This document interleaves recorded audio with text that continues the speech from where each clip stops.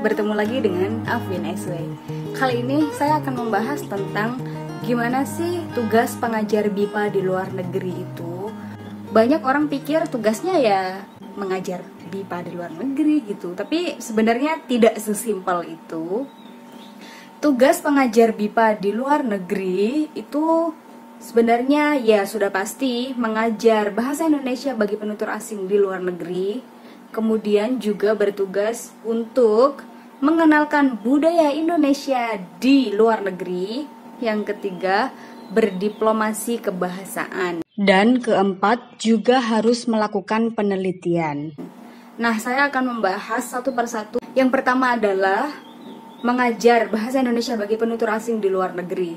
Nah, ini bisa dilakukan di lembaga-lembaga tertentu, misalnya di kampus, di sekolah, di KBRI, apa sih KBRI? Kedutaan Besar Republik Indonesia, atau yang lain gitu.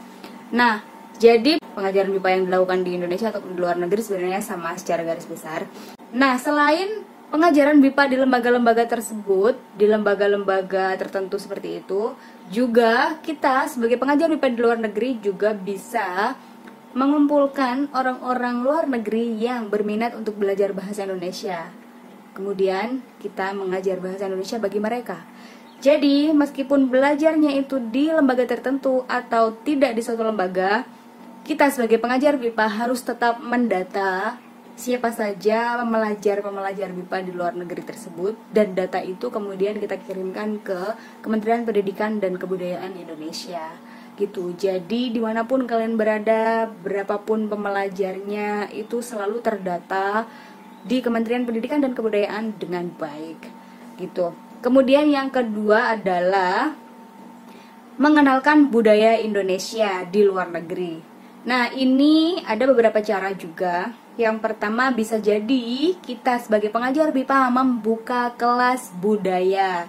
Kelas budaya itu bisa jadi kelas menari, kelas drama Indonesia, kelas membatik, kelas gamelan, kelas alat musik Indonesia tradisional yang lain, apapun itu.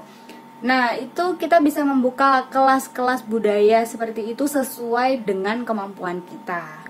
Terus ada pertanyaan, gimana kalau saya tidak menguasai keterampilan budaya apapun? Terus gimana dong saya mengenalkan budaya Indonesia kepada pembelajar BIPA di luar negeri gitu?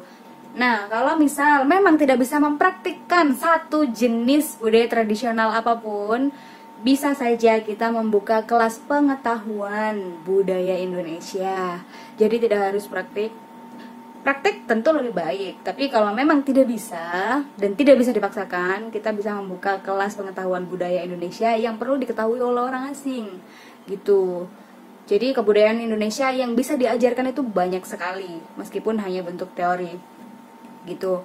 Atau kalau misal, aduh saya tidak mau lagi-lagi kelas, lagi-lagi formal gitu, misal mau membuat yang tidak formal dan tetap bisa mengenalkan budaya, bisa jadi dengan cara kalian membuat suatu pertunjukan, misalnya pertunjukan gamelan, pertunjukan nyanyi Indonesia, tari tradisional Indonesia, dan lain-lain.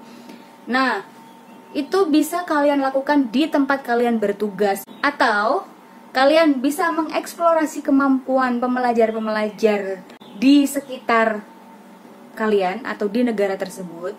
Atau bisa jadi kalian berkoordinasi dengan pengajar BIPA yang lain di kota lain tapi tetap di satu negara tersebut gitu. Jadi membuat suatu pertunjukan itu juga ide yang bagus untuk dilakukan di luar negeri. Atau jika membuat pertunjukan juga masih dirasa susah karena harus melatih, butuh waktu dan lain-lain, kita juga bisa mengadakan lomba yang berhubungan dengan budaya Indonesia. Itu juga seru untuk dilakukan di luar negeri. Begitu. Kemudian yang ketiga adalah diplomasi kebahasaan. Diplomasi kebahasaan ini juga banyak sekali yang bisa dilakukan di dalam proses diplomasi kebahasaan ini. Misalnya, tugas kalian adalah menyebarkan bahasa Indonesia, maka misal ada satu lembaga yang dia belum kenal Indonesia sama sekali.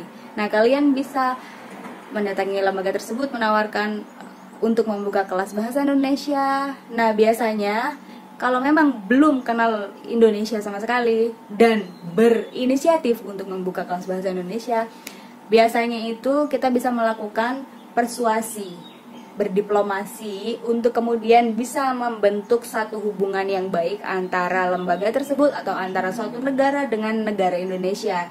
Nah, bisa jadi dalam bentuk pembuatan MOU misal, jadi kemudian ada kerjasama antara Indonesia dan negara tersebut. Kemudian setelahnya Indonesia bisa mengirim pengajar BIPA untuk ke lembaga tersebut, atau bisa membuat program-program yang lain misalnya, bisa jadi seperti itu.